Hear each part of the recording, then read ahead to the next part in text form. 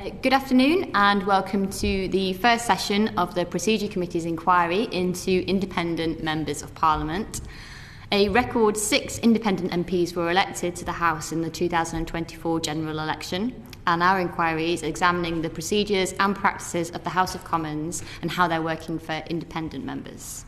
Today, my fellow committee members and I are delighted to be joined by Shockat Adam MP and Iqbal Mohamed MP, welcome both of you, who were elected as independent MPs last July. And we're really grateful for your time and offering us the opportunity to ask about your experiences working within the House of Commons as independent MPs. So good afternoon to you both. But before we start this afternoon's session, I'd be grateful if you could introduce yourselves for the record, perhaps with Iqbal first. Thank you very much, Chair. My name's Iqbal Mohamed. I'm absolutely proud independent member of Parliament for Dewsbury and Backley in West Yorkshire. Thank you. It's Shockat Adam, independent MP for Leicester South. Welcome both of you, and I'm going to start with the first question, which is to both of you, and I don't mind which one of you answers first. I'm sure you can agree amongst yourselves. Just experiences following your election as independent MPs, do you feel that you've had adequate support in getting to understand the procedures of the House of Commons and your role here in Parliament? Yeah. Thank you very much, Shockat. For somebody who's never run for office, only ever visited Parliament once in my life, it was a very new experience. What I did find positive and helpful was the current training programme and going through some of the training with all the new MPs. So that was really positive. I love meeting people, so to mix with the new MPs across the country was really exciting. However, the level of training, I think, for me was too high level. It was lacked depth, and the challenges I faced, and I was learning basic things about procedures into week 6, 7, 8, 9, and even now, sometimes I find out new things. And a couple of examples was the actual end-to-end legislative process in terms of proposing bills and then going through first, second, third reading, the Lords. Even things like the private members bill, although I added my name to a ballot, I picked a number, I didn't really know what that was about and what that would lead to. So I think a bit more depth. And on this one, finally, I'm sure Shockat will fill in the other gaps. Training around tools. So I'm an IT sort of consultant, and the training around the tools, Members Hub, Parlinet, IPSA, and the ways to submit questions, oral and written, etc. I think you went to go and find out yourself, and without a party machine guiding you, saying, right guys, here's an induction list, go and watch this video, do this training, it was quite hard to navigate around. And no, actually, there was a tool that helped you do that. So so for that's where I'll leave it. Yeah, brilliant. I concur with my colleague. I think the most common question I get asked is it difficult being an independent? And my answer is, it is, but I don't know any different. Is it any more difficult than being a new parliamentarian from a particular political party? And what I found very useful is that in the beginning, in our induction courses, we were with everybody. And I think that was very, very helpful, because there were a lot of questions in my mind which I possibly felt as an independent might be a bit silly to ask, but one of my colleagues from an established party raised their hands and asked that question for me. And it all gave me a feeling that we were all on equal footing, and there was no advantage given to anybody else above us. So that was very useful. But definitely following on from what Iqbal said, what I would have found useful, because I think no matter how much training or books or tutorials I was given, I still wouldn't have understood the process as well as I have done by living through it from somebody that doesn't come from a political party background. So I think experience has taught me much better than a 3-manual booklet would have done and then come back. But what I would have found very useful is it's extremely overwhelming, and I'm sure that's the same for all my colleagues. Then they seem to go away and they do have some kind of machinery or mechanism or a team that can add on value and learning after the initial induction phase, which I didn't get and my colleagues didn't get. What I would have found very useful is anywhere between 6 to 12 weeks, an update or do you need to come in and we can give you a bit more assistance? Do you have any questions about these 10-minute rule bills, etc., and protocol and going in through the right door and nodding at the right time? Are we doing all of that correct? So between 6 weeks to 12 weeks after initial induction would have been very useful. Just for clarity, could I ask how long that initial induction was for? I wasn't part of your intake, so forgive me, I don't know. 1 day? Was it 2 days? Yeah, it was spread over. There was about 4 separate sessions across 2 days. Yeah. In that first week, just one specific point, if I may add, to Shockat's. Simple thing, you come in and your constituents are waiting for you to deliver your maiden speech. The rules around the maiden speech and what you can do before you've given it, and then what you can do after you've given it, there was no real, here's a slip, don't get up and speak unless it's your maiden speech, but you can do this, this and this, interventions, questions. I'm sure it's in that big Bible of a book, but there are certain sort of top 10 tips that should be given on day one, right at the beginning, so that you at least don't trip up, or you end up, foregoing your opportunity to do a maiden speech because you spoke in a Westminster Hall debate. So there were a couple of debates. Somebody said, "Oh, by the way, if you're going to speak, that'll be a maiden." So I had to pull back. But I was glad somebody was there to guide me. And I had a lot of pressure on it then and then. But thankfully, people in my constituency were happy with whatever I ended up saying in my maiden speech.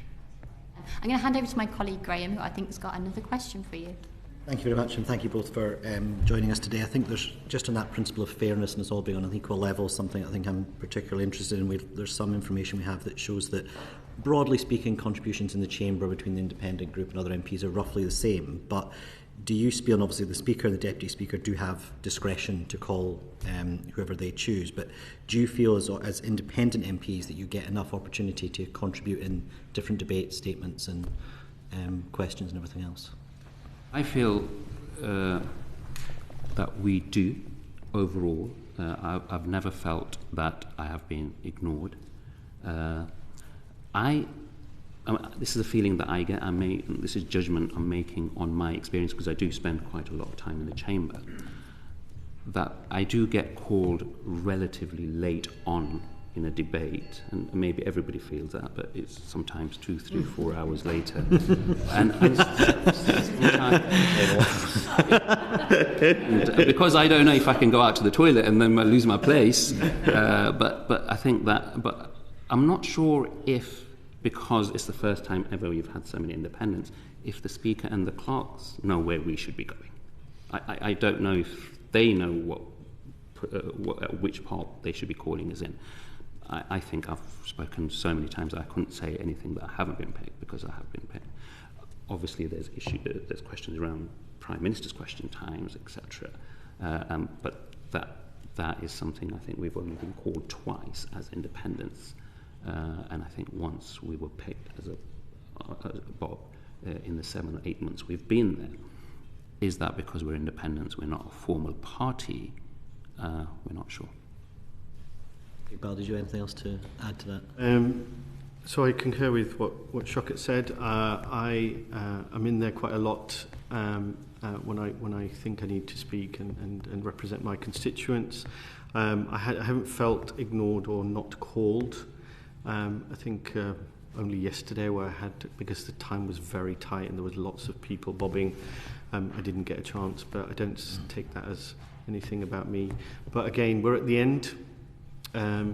The protocols around being able to leave part way when you're on the list of speaking and then be able to come back, again, that could have been clarified at the beginning in our inductions.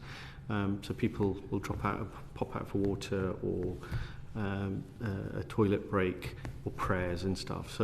But we were told, just let the Speaker know that you're going to be gone for so much, and so we've been following that protocol, and it's worked really well.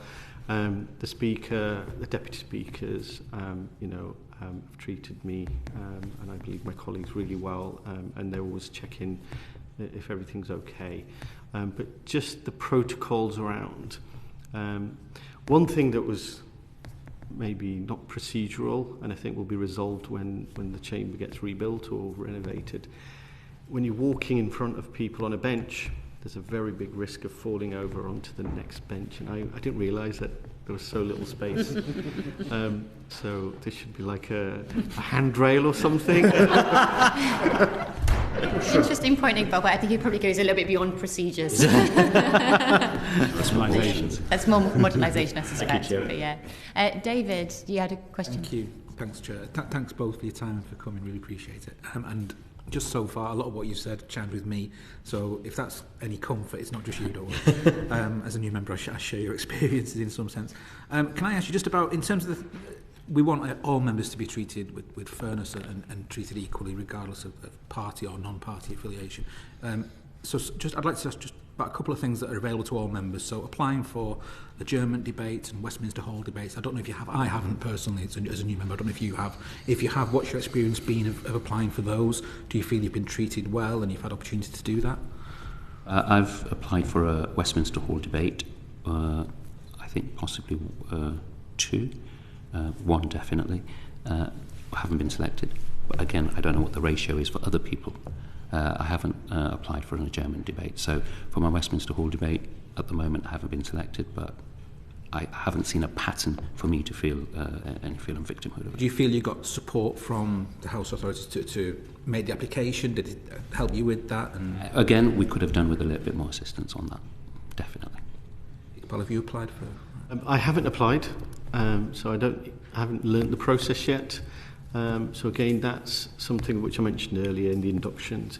These kind of key elements of an MP's role and the processes that we can participate in to apply for debates and speaking opportunities or raise issues. I'll learn it, and when I'm ready, I will submit.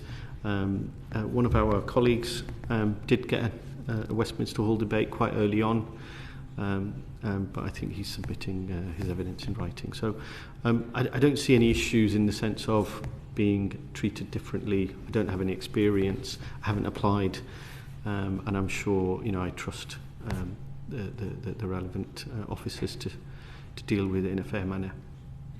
Can I just follow up, just asking about, obviously all members can table oral and written parliamentary questions as well. Have you felt that experience has gone? Have you had, again, if you've needed support doing that or advice, have you been able to access that? And what sort of answers have you been getting? Have you felt supported in your ability to scrutinise the government and what's going on? I think on my behalf, that is one area that I might feel I'm not asking the right questions because they kept getting returned back to me. From the table officers. So how is it that you want this question to be articulated? So that process is not delayed. We have submitted multiple oral questions, and we get written questions, and we get that response back a majority of the time. As for putting my name down on the list to stand and questions, we have been 50-50. I think maybe 50% selected. No, actually, I'd say 70% not selected to about 30% selected. And a better success rate than I am. Yeah. Good, yeah. It's 8.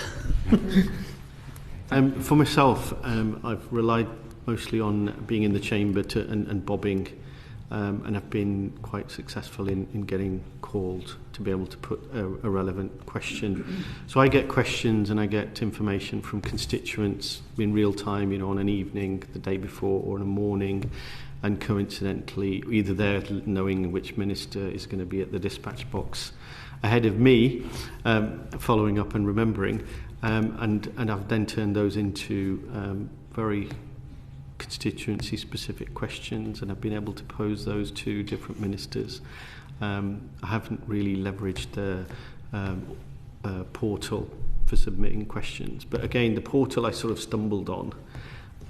Again, part of the induction, to be just shown it for 5 minutes and a quick navigation. So I was on there last week, just practicing. So I'll be starting to use that. Okay. I think Lee, you had a supplementary. Yeah, just on the Westminster Hall debates, I don't need to know if there was, but or the detail of it. But did you get any feedback as to why you weren't selected? No. Okay. And then just another supplementary to that. As an independent member, so a Westminster Hall debate relies on being able to show cross-party support for a debate. Do you find as an independent member, if you go to other parties, that there's not a willingness to sign up because you're an independent rather than from a group? When I submitted the initial, I probably didn't have as many parliamentary colleagues that I knew across the party and across the chamber. I think that has changed now. I haven't cognizantly felt that reticence on these issues at all, up till this stage. Thank you. Thanks, Chair. Mary.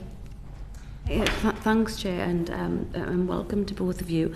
As you'll know, the membership of select committees and other House committees, such as the bill committees and the designated legislation committees, reflects the composition of the House. Do you feel that independent MPs have their views taken into account in these proceedings?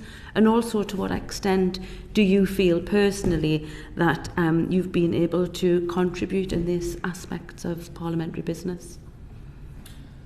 So we don't get a place on any select committees. It's not even an option. We can't lobby for it. We can't apply for it. We can't express interest in it. We have quite a wide breadth of experience across the Alliance. I have my specialist knowledge, and I would absolutely want to contribute the maximum I can as an MP in this role to the processes here, to lawmaking, to holding the government to account. So that was one of the reasons we felt might give us an opportunity for forming the Alliance.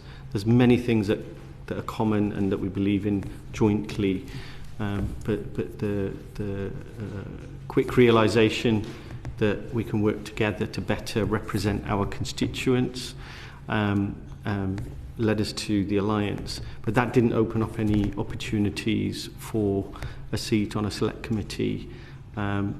I may have received an email about being invited to a bill committee, and I didn't know what it was, and I didn't know the protocol for accepting or declining or finding out, and I ended up maybe not participating in error. So I don't know if it was, and I wasn't able to confirm before this hearing if that was an invitation. But I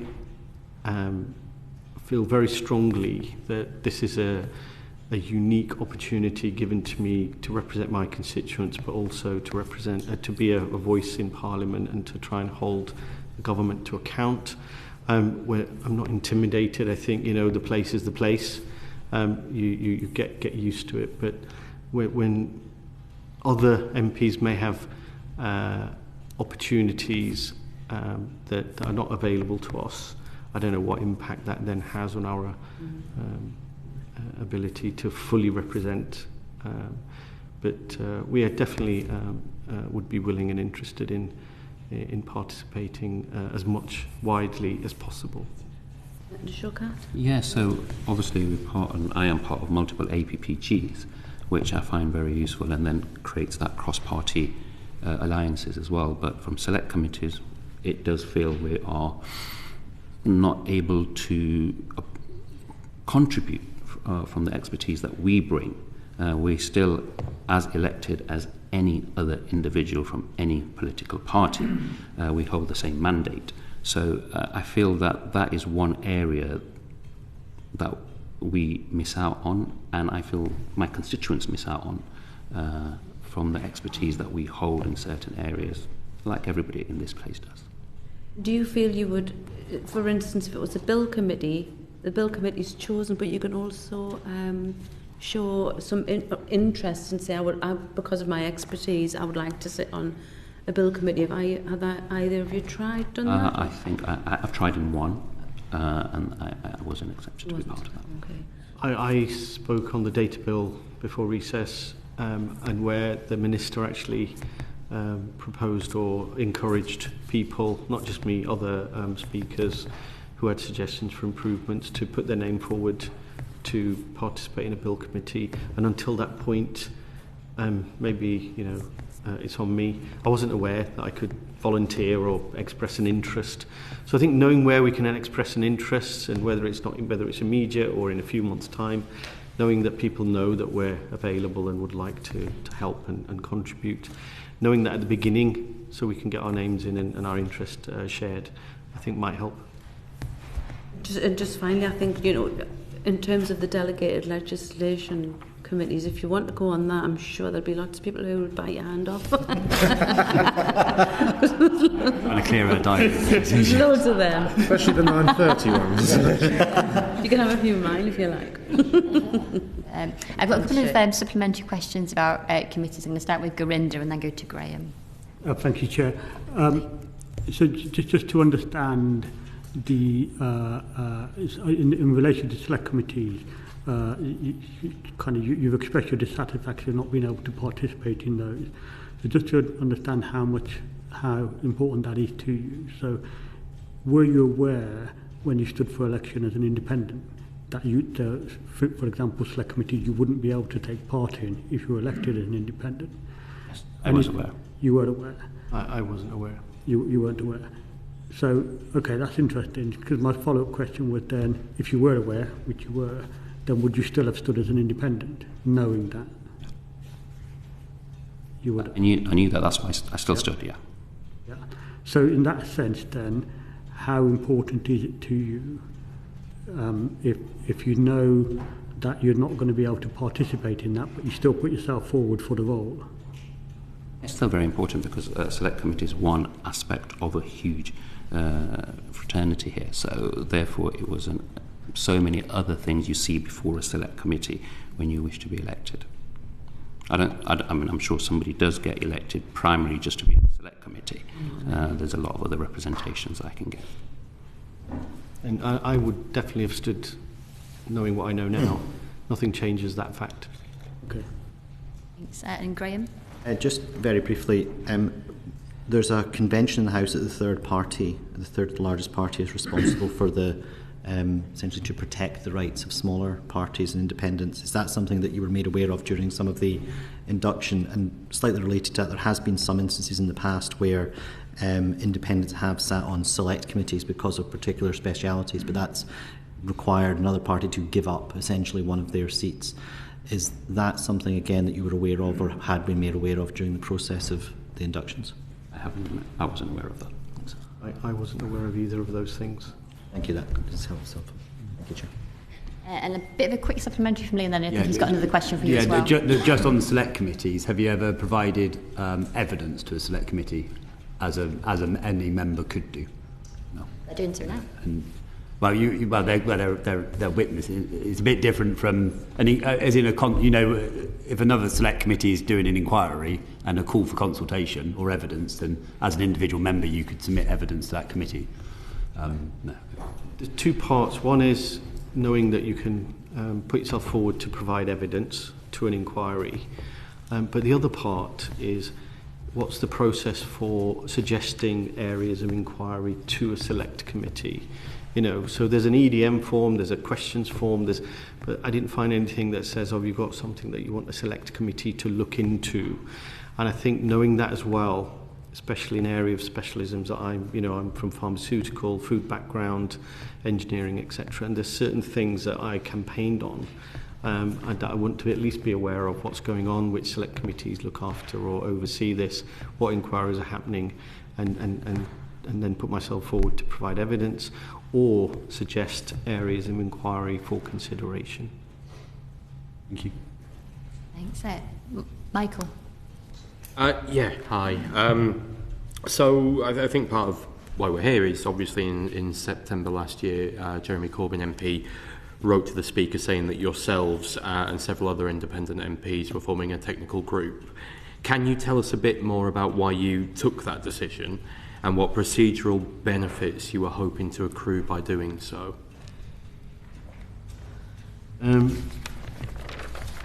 So as a single person, so I'm an independent MP, that's what my constituents elected me as, and that doesn't change until and unless they want that to change. But finding, thankfully, 4 other independents that overlapped and aligned on pretty much the majority of issues, challenges, policy areas, principles, and our intentions for being in this place. And the intentions part is absolutely key as well. That combining as a technical group would the purpose for that was not for extra funding. So I'd never heard of short money until I got to this place. I still don't know what it is. I know the numbers can be quite eye-watering, but so the technical group was not formed for any kind of financial objective. It was to amplify and multiply the opportunities and the voice that each of us had in the House and in other forums that we can participate in Parliament. So we did hope that being 5, same number as Reform, greater than the Greens and Plaid Cymru, that we would then be on a par with access to questions and opportunity to speak at that level. And we could also coordinate work and activities and campaigns. And as I say, build on each other's expertise and efforts. Yeah, so on my part, I think I'll just add on one extra, emphasise one point on the word that Iqbal used, which is we can coordinate a lot better now as an alliance, because we can, we're this informal, formal, loose alliance. We can discuss things and we can coordinate certain projects and statements, etc., etc. And the other thing is that we don't have a whip. We can vote as we will. And as I say often to my constituents, you are my whip or my party leader. So I usually, I think we vote quite similarly, but I think you'll find that it hasn't always been the case in every single thing. Okay, and just a couple of other points to follow up, and then on that, obviously, I appreciate the points around coordination, but we're looking at procedural elements. So, in what ways has your experience since forming the group as an independent MP changed, and do you feel that your participation in proceedings has increased either individually or collectively? It was very difficult. Sorry, so I'll take this one. Yeah. It's very difficult to say because I think we were only before the alliance. It was only about 4 weeks. And I was still getting lost to get to the chamber at that stage. And then we had the recess, and then we formed the alliance. I really can't honestly compare and contrast. I wouldn't be able to say if I've noticed any difference in the procedural process, because I just wasn't independent on my own long enough to be able to tell you that. So I did benefit from the expertise of the different members, officers and staff. And we could coordinate around EDMs and questions and other things. So the sort of out of chamber, out of committee room kind of coordination, and that helped me a lot. But similar to what Shockat said, I don't have any evidence or to know if it would have been different had we not formed an alliance. Okay, and then final part, because you did refer to other parties like Plaid and the Greens and Reform. So what do you see as the advantages and disadvantages of forming a technical group as opposed to registering as a political party? Why did you opt for being a group as opposed to a party? Okay. So the people who put us here as independents. And as I said earlier, if that changes, that will change based on what my constituents want me to do. In terms of the party structure, the organisation, the elements to bring that together I haven't really investigated or looked into and never considered even until now. My constituents elected me as an independent. They're happy that I'm still an independent, and they're very happy that I'm part of an alliance with the members that I'm an alliance with. I walk tall representing my constituency in this place, and I try and represent their views in my voting, my speaking and my actions. But I absolutely are infinitely grateful to my colleagues in the Alliance for the support I feel, the camaraderie and the common policy areas that we can sort of talk through and discuss and share with each other. So I think we have and I don't want to cause any offence to any other parties, we have a unity and a strength that I don't really see across the House, even within maybe parties. And that's not something I'm saying from me. It's been observed by others and shared with me. So we want to do the maximum we can for our constituents and in the role we have, and forming an alliance for me has helped me along that path. I think similarly, prior to being elected, with due respect, I'm sure he'll say the same, we hadn't even heard of each other. Iqbal, Ayub, Adnan. Adnan I think I'd heard of, but I didn't know him. So we had just come into this completely independently. Well, we shared, we campaigned on, I think, lots of similar things on NHS, etc. But we didn't know each other at all. And then there was this evolution to a natural stage that I feel was an alliance, not having had enough time to really being able to formalise something that we agreed on everything to hold a particular party. So I think the natural evolution was to an alliance as a first stage. Graham, you've got a follow-up question around this? Yeah, so there's two questions. Just the first one, just following up from that. Did you see, so when you were forming the alliance, did you see the focus on that as being something that was the audience of that, if you like, or the purpose of that focused at the procedures and inside the chamber, inside the House of Commons, or was that something you felt was more important, focused out the way that you were working together in some way? Sorry, just in terms of... So did you feel the benefits were, in forming that alliance, were to improve how you were representing inside the House of Commons, or did you feel that was more the projection of that was outside, that you were working together? Just trying to get a sense of the purpose of forming that alliance and what it was hoped to achieve. Was it inside here, or was it more directed outside? There was a bit of both. Mm-hmm. I suspect that outside it gave people something that there's a unity amongst individuals of the independents, so they were pleased that we were working together.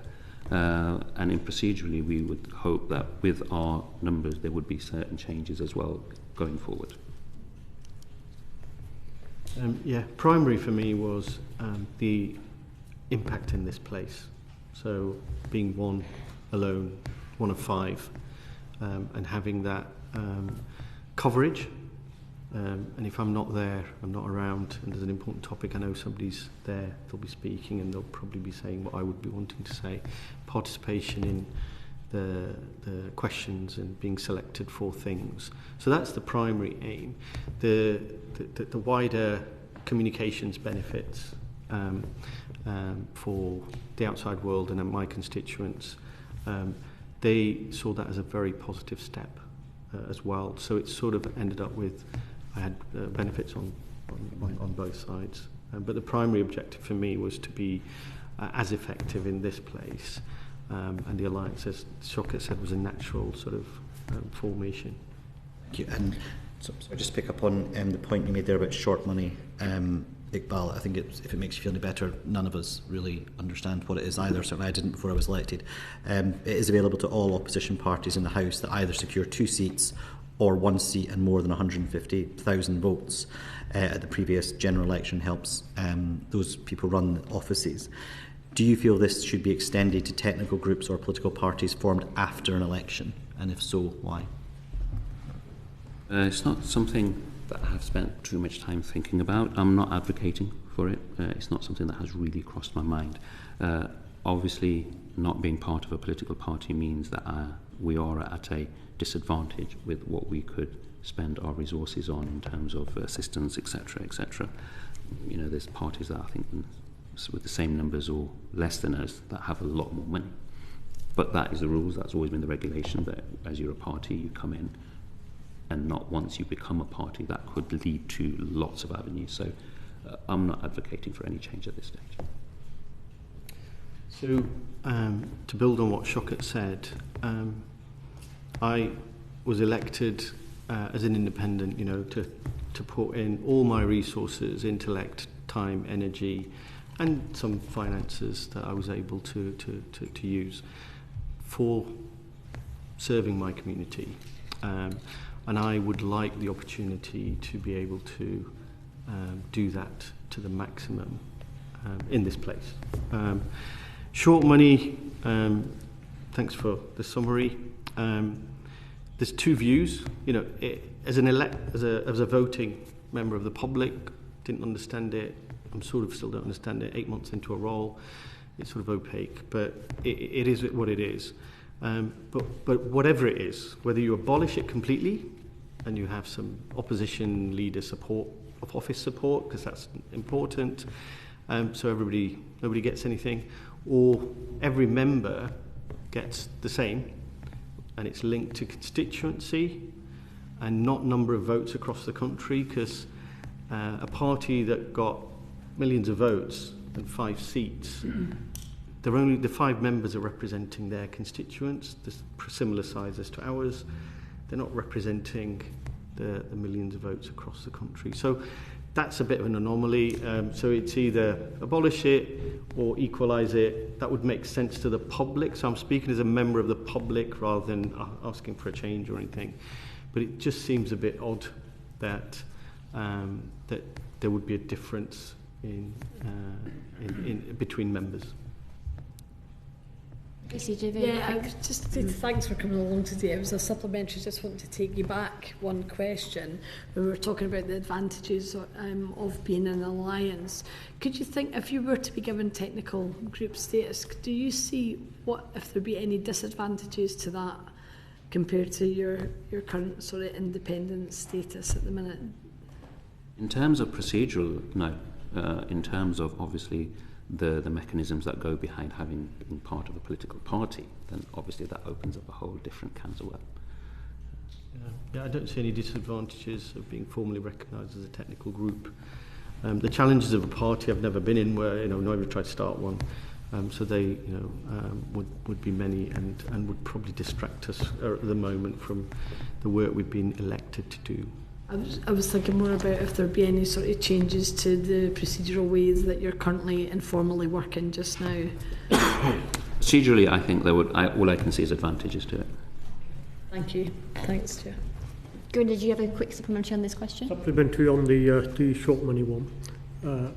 So just on that, do you think, Iqbal, on your answer about the equalising it, if that was to happen, do you think there's a potential for confusion amongst the electorate? Because on the one hand, you're standing as an independent and then forming a technical group after the fact, and then you're then looking to be equalised with political parties who then have other commitments and requirements in relation to the Electoral Commission, and there's potential for confusion. If I may clarify, sorry for not being clear earlier, I wasn't comparing parties to groups. It's just an MP is an MP is an MP. I was talking about individual MPs, whatever party they belong to or didn't belong to. As I say, when the electorate go to the voting booth, they're not voting for a party because that party will get more short money, might be able to do more stuff for there. They don't even know what it is. They are still electing a person that they believe in or a party that they believe in and a person that represents that party. That process doesn't change. So my comment was about individual MPs. If they have something, shouldn't everybody have the same? And if you don't have it, then nobody should have it. But I'm not advocating or pushing for a change or asking for funding here. My constituents know why I'm here and what I'm giving and what I'm prepared to give for them. and we will stand and walk as tall as we can with the resources we have. Thanks for that clarification. I think, Lee, did you have a follow-up question about proxy voting? Yeah, thank you.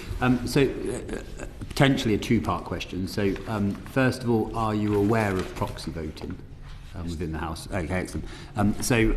Our committee here, we're currently doing an inquiry into proxy voting, and not always, but more often than not, it's exercised by the whips of relevant parties. So, given your situation, do you feel that you could avail yourself of proxy voting? Have you availed yourself, or the technical group availed yourself of proxy voting so far? And can you do that as easily as a political party? I learned about proxy voting in preparing for this session, so I didn't know before then. And I haven't had to avail of it until now. And with my children all grown up, I probably don't expect to be availing of it, God forbid, unless I'm ill. But I'm really happy, or I know that I could avail of it if I needed to. There are people in the House that I trust to pick up that proxy role for me if they agreed. Likewise, I was aware of it prior to it, but thankfully we've not had the need to use it. But if there is now, we're part of the alliance, we would be able to navigate that quite comfortably, I think. Thanks. Thank you. A final question to you both is from David. Yeah, last question. Thanks so much for the answers you've given so far. It's been really helpful. Is there anything you think we've not yet touched upon? Any ways that the procedures and conventions of the House affect independent MPs differently from those who are members of a political party? Anything we've not touched upon that you'd like to cover?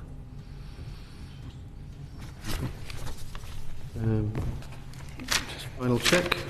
I don't think so. I'm good. We've covered a Well, I lot. think it's been comprehensively covered. Shortly, yeah. Thank you. Well, thank you both ever so much for your time. Your answers have been really helpful for our inquiry. But if there is anything that you think about later that you wish to let the committee know about, we're very happy to hear from you in writing and consider it in the same way we considered the oral evidence that you've given us today. We're just now going to suspend briefly to change over to the next panel. Order, order.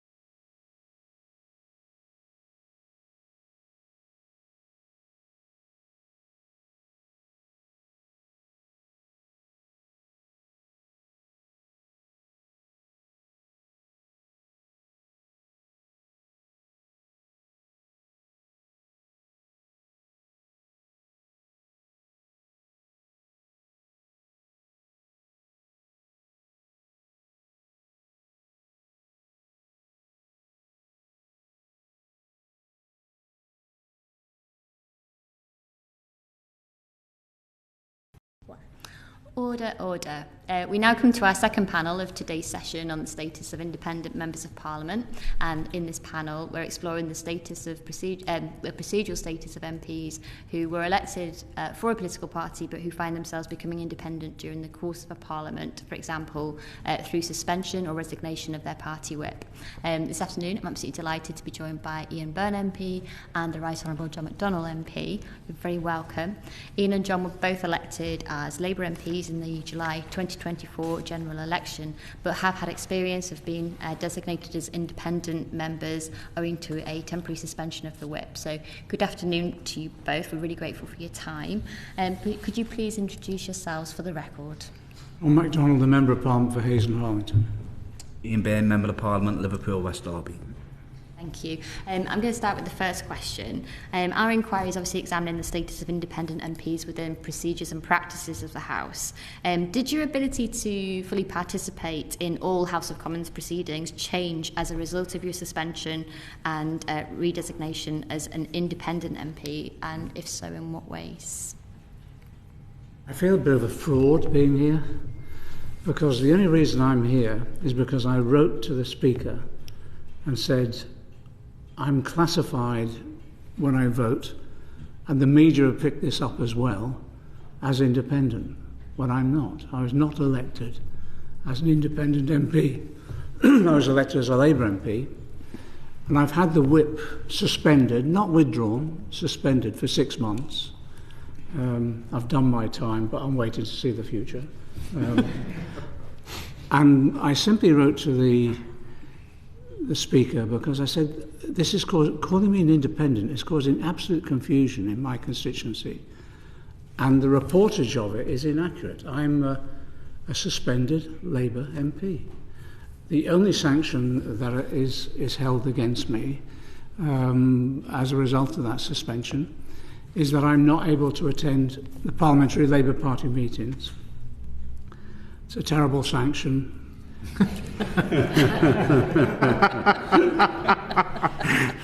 and it does mean that yes, I'm not put forward. My name is not put forward for select committees or bill committees. But politically, for about 15 years, that was the case anyway. When I had the Labour whip. So my simple reason for being here is that I just think I should not be described as an independent MP. And it's causing absolute confusion. People think I've left the Labour Party. I'm not. I'm a Labour Party member. I abide by the Labour whip. The requirement of suspension is you have to abide by the whip. And I do. There's a couple of issues come up this week that I might not, but we'll see what happens on that. So I'm trying to... The only reason I'm here, and I don't want to in any way delay the committee, is not to express concerns about my rights as an MP. It is simply because I should not be described as an independent MP. I'm a Labour suspended, whatever you want. Our parish priest optimistically calls me a lapsed Catholic, but the nomenclature is causing confusion. Even today, I've got up and asked the Prime Minister a question. The reportage of it is John McDonnell, independent MP. I'm not. And that's the only reason I'm here. I just wanted clarity on that. And it's a relatively minor point. Yeah. That's simply that to the House to get the description right. I've never professed to be an independent MP. I have not stood as an independent MP, and I don't wish to. I will be eventually, hopefully, returned. The whip will be returned to me. The suspension will be ended. But even that, I work on the basis as well that if you can't do the time, don't do the crime. So when the whip was withdrawn, I didn't make a big fuss. I just said, okay, that's the disciplinary procedures. It's unusual. It's unusual, and it hasn't been used for donkey's years, but I was accepting of it, and I just expect the whip to be returned. And in the interim period, I'm a suspended Labour MP. I'm not an independent. So I don't want to be frank, to go into the details of the parliamentary procedures. Parliamentary procedures for me have not changed from when I was on the back bench as the front bench, or whether I was at the suspended or not. I operate as normal, as I always have done. It's really helpful, John. So just to be really clear that in terms of parliamentary procedure, there's no difference between being a member of a political party or an independent MP. So in terms of our questions, it might be more best use of everyone's time if we accept that and move on to the other questions around descriptors rather than procedural issues if there's no difference. It is, I don't want to waste your time. The reason I've raised this through the Speaker is because it's that exactly that. The accuracy of the depiction of me and my role as I play it and as I've always played it. Yeah. Ian, same question to you really in terms of your experience having been a Labour MP, having been labelled as an independent MP, how you feel about that. But in terms of the parliamentary procedure, do you feel that you've been disadvantaged at any point because of being independent rather than Labour? Oh, just to build on what John said, I was elected proudly as a Labour MP. We've done what we did. We received the punishment we did. But it has confused constituents on a huge level when it comes up independent. And I think me and John were in full agreement, and the other members as well who've been suspended, that how we're called and how we're titled is really important, because we weren't elected as Labour MPs. We were elected as Labour MPs, not independents. So I think it's really, really important that we reflect on this as a committee and we consider it moving forward, because we're in strange times at the moment, and I think that there might be others who follow suit. There might be similar people who trod the same paths, and I think where we are now, I think it's really important that we clarify it. And as I said, I'm a proud Labour member. I was elected as Labour MP, and I did want to be called an independent Labour MP, not an independent. I think Lee had the supplementary. It was just to John, if I may. John, you're a senior member of Parliament. You Shadow Chancellor. Is there... Ageism was creeping in here, but go on, yes. No. Do you think that, or are you aware of anybody else who has had a whip suspended where they have then had issues with the procedures at all of the House, and it's actually your seniority that stops the impact being felt? I understand. I think you've covered most of the issues with the two real independents that were here earlier. This actually select committees and bill committee considerations. I think there is a lesson to be learned for the House overall about flexibility, because actually you want to draw upon the expertise of individual MPs, particularly on bill committees, wherever they come from. And I think we need to lighten up on some of that, to be honest. And on select committees, again, often it's within the parties themselves. I was kept off select committees for about 15 years by my own party because they didn't think that I'd reflect the views of the party. That's fair enough, that's party discipline. I actually do think, though, that, and it's a lesson for the individual political parties, I actually do think if you don't allow a broad range of voices, actually you get poorer decisions.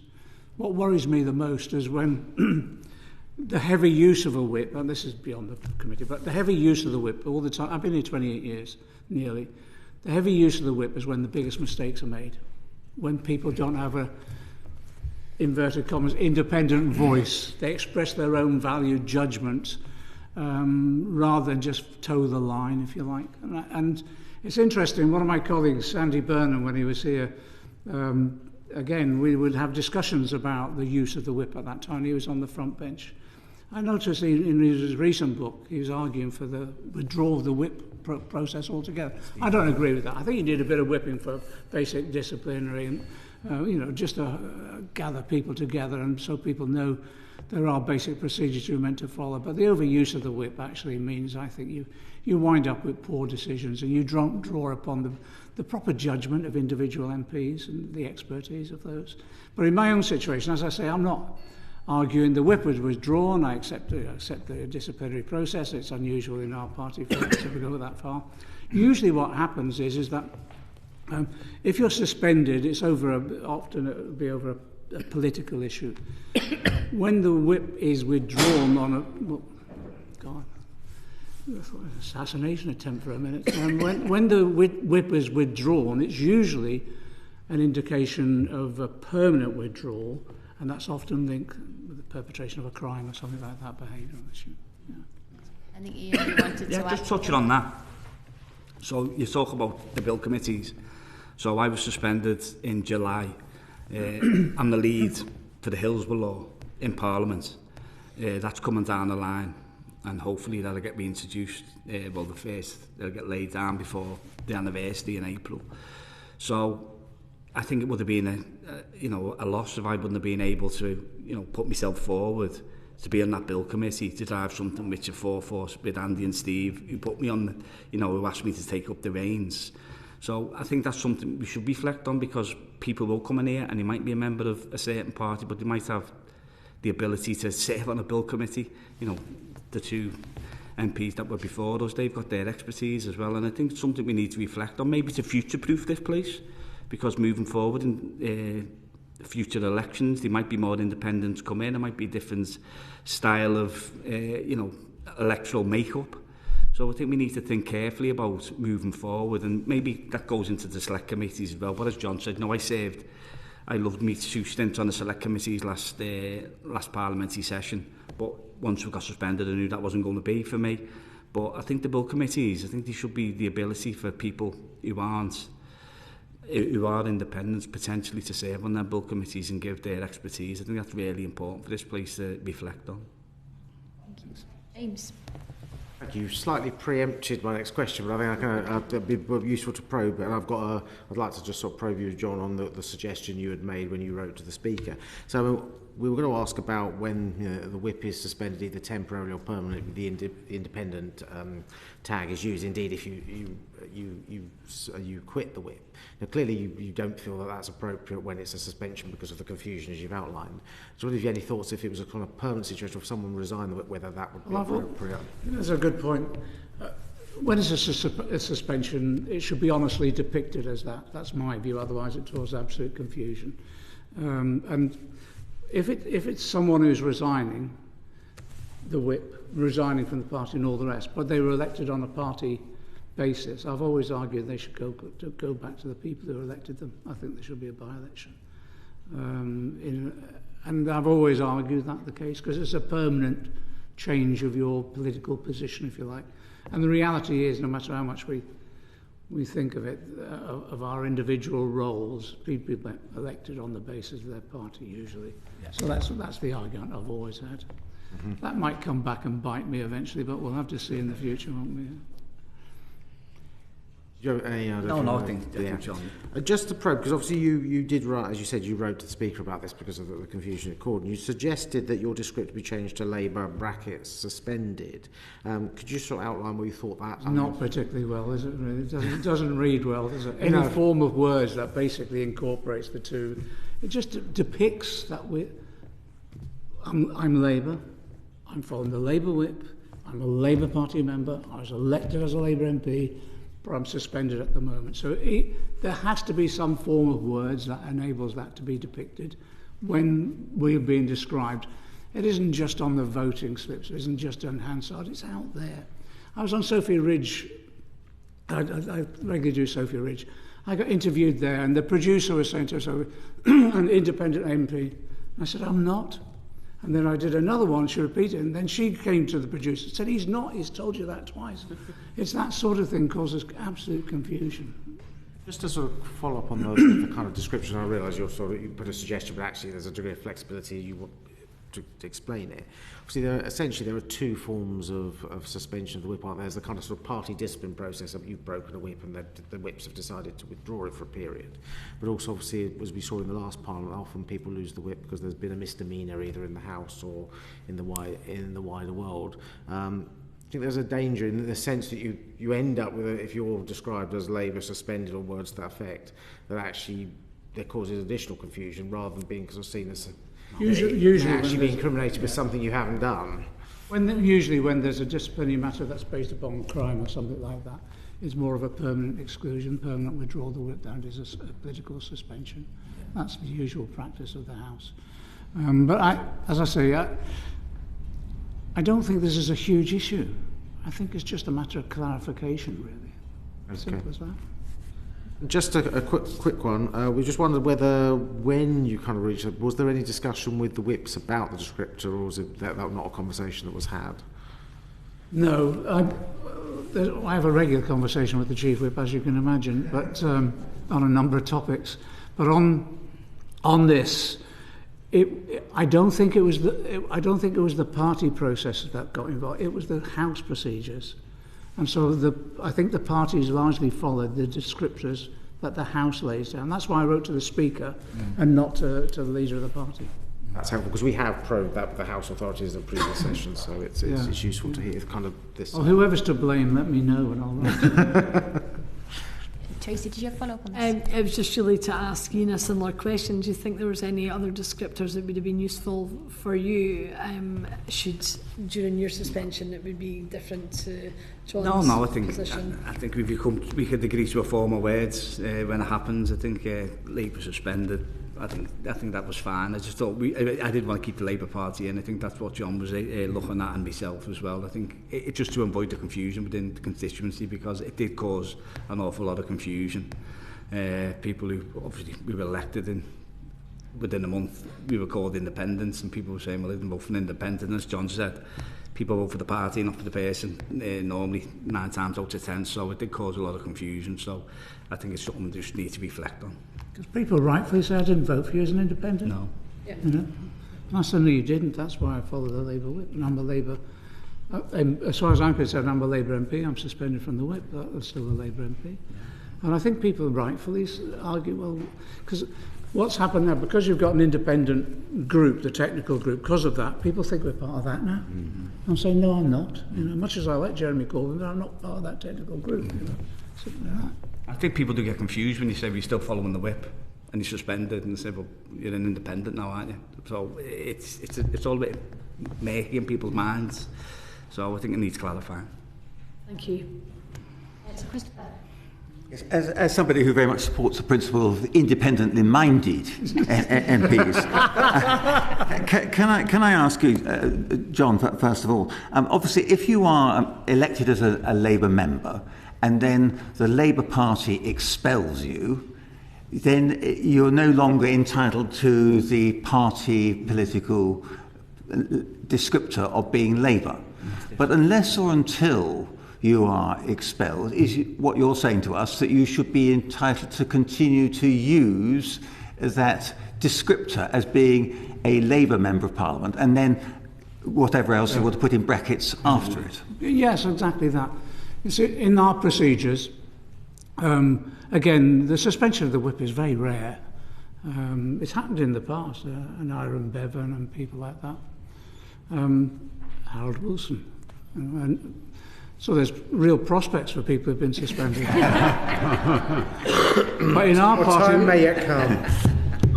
I was referring to Ian, actually.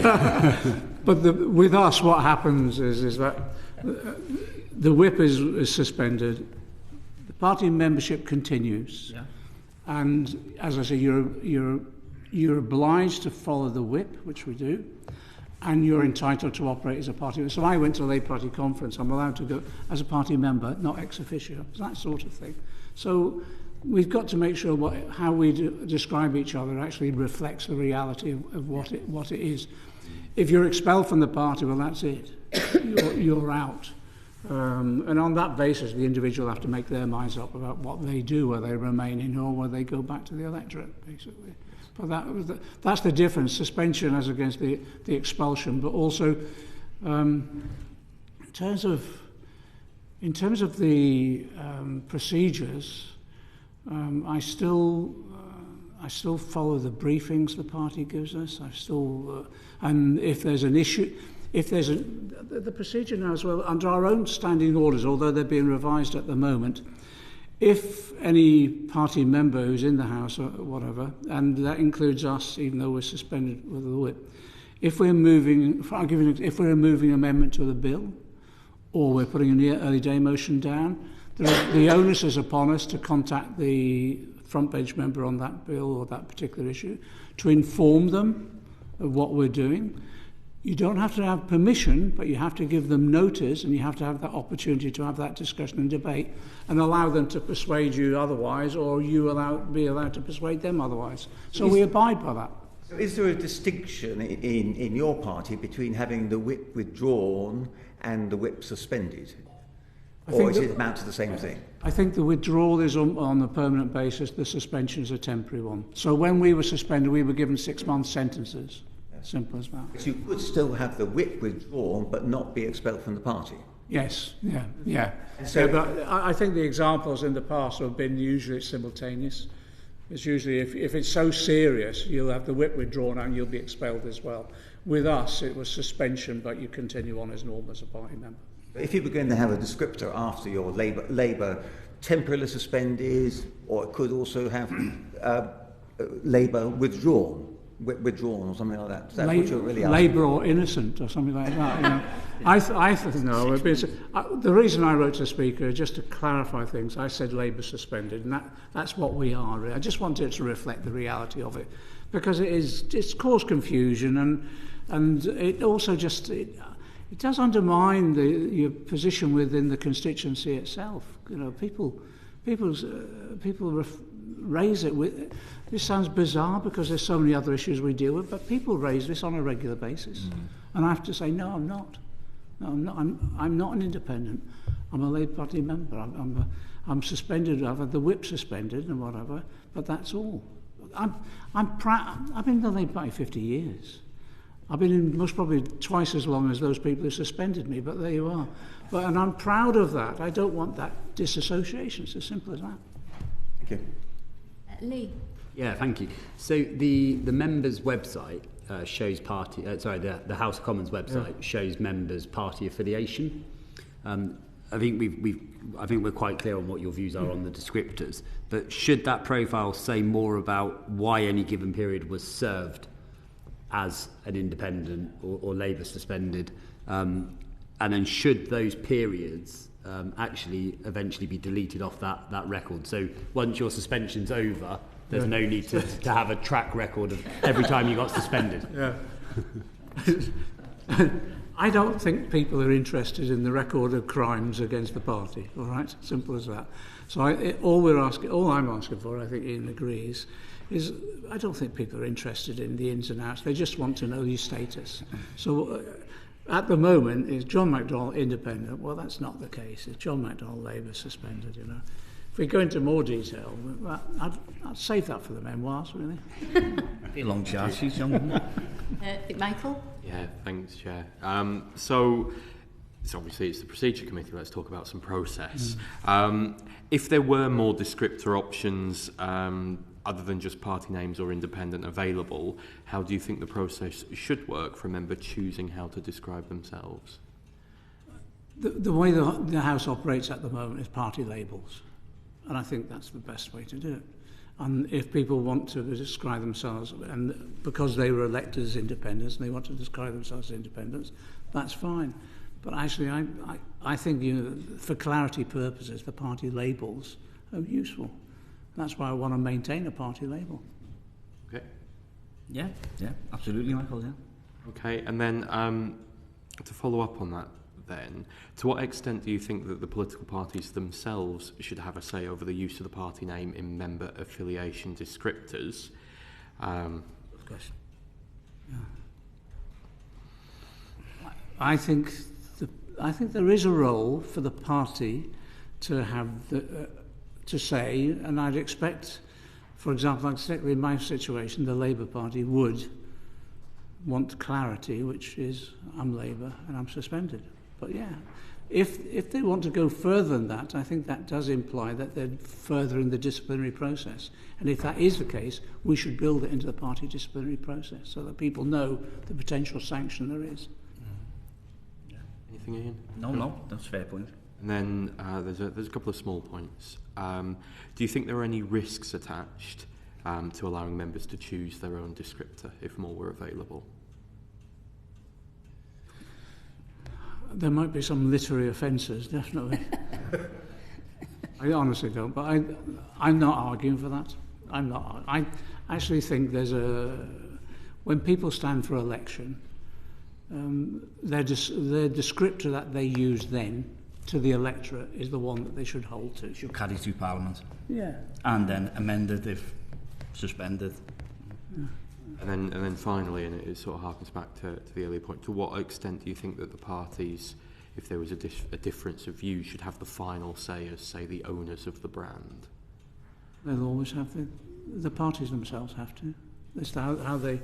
The parties have to have the ability to depict who they are, and that should relate to what the depiction that the candidate has as part of that party when they stood.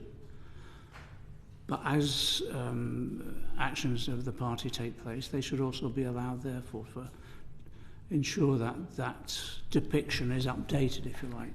Yeah, but the House also should have oversight of what we're actually called when we're representing on a mandate from the electorate. Yeah. So for me, the House should have the say. If we're elected as Labour Party MPs, well then, we're Labour Party MPs, if we're suspended, we'll put suspended next to it. And just to follow up additionally then, and to pick up on that particular point, see what you're saying is if there was a conflict between the chosen descriptor of any particular MP and the party to which that descriptor related, you think the House should have the say, not the party? Do an elected MP, yeah. Okay. Yeah. Right. Thank you, Chair. Mary. Thank you. Thanks, Chair. You've probably covered this mostly, but I guess we've heard your own thoughts on what your explanation is and how you would like to be described. But as you said, there could be a few other colleagues who may join the suspended gang, if you like, in the future. So hypothetically, if you'd chosen to form a grouping with other colleagues in a similar situation, how would you expect to be treated under the procedures and practices of the House relative to a registered party? And do you think you would be should be permitted to use a name of that group as an affiliated descriptor, especially for Hansard and on the parliamentary website? Not a group. We have no intention of forming a group. I've made that extremely explicit all the way through. And that would be contrary to the Labour Party rules, party within a party, and we'd never seek to do that. I guess that was more, hypothetically, if there were a larger grouping of suspended MPs who then might want to see that, not you particularly, see themselves as a group. Do you think they should be permitted, or clearly treated the same as any other party, registered party, but maybe should they be able to use that name of that grouping if they did decide just to form a grouping? Yeah. This is hypothetical. Yeah, it is hypothetical. Yeah. So is it a technical group? Like you're talking? The procedures. Is it a technical group? If were a group going forward it's a larger group and they wanted to have a name, an affiliated descriptor. Okay. I just get that impression anything you say now will be used in evidence against you at a future date. So it is a hypothetical question, and to be honest, that isn't anywhere near the ball game we're at. There were 7 people suspended. None of them wanted to form a political group. None of them have any intention of forming a political group, and they simply wanted to be accurately described and at the same time receive the whip back at the shortest opportunity. Thank you. A final question is from Gurinder. Thank you, Chair. I mean, I understand what you're saying about, from your perspective, this is about helping the public understand accurately what your current situation is. So is there a risk around, if you have lots of different descriptors, that actually some of the parliamentary documents could be less accessible or understandable? Yes, that's why I only want one word inserted. Yeah. Thank you. Yeah. Absolutely, yeah. That's a really clear answer there, and I just want to thank you both for your time in helping our committee understand the sort of status of independent MPs in parliamentary procedures. If there is anything else that you want to add to your evidence, obviously the committee will be very happy to hear from you both in writing. But I also have to thank you for your time, and that concludes today's evidence session. Order.